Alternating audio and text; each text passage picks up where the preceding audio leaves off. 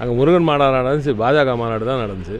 எல்லோரும் பார்த்தாங்க. அங்கே இருக்கிற முருக பக்தருக்கு யாரும் அந்த இடத்துல போய் உட்காரல. பாஜக காசு கொடுத்து கூட்டின்னு வந்த பல பேர் வந்து உட்காந்தாங்க. அவங்களுக்குமே சரியாக உட்கார வைக்க தெரியல. அவங்களுக்கு உட்கார வச்ச விதமாக பார்த்தீங்க, எல்லாம் பாவம் சேரையும் இதையும் தூக்கிட்டு வச்சுட்டு தலையில் தூக்கி வச்சுட்டு வெயிலில் நிற்க உட்கார வச்சு வந்த தொண்டர்களையும் அசிங்கப்படுத்தி அமைச்சிருக்காங்க.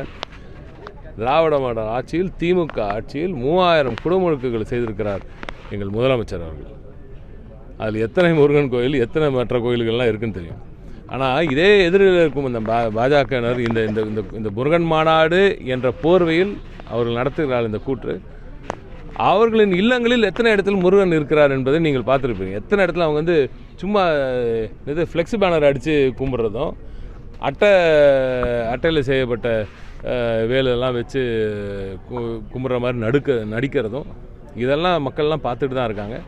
ஆனால் உண்மையாக முருகனுக்கு நானும் பெரிய முருக பக்தன் தான்.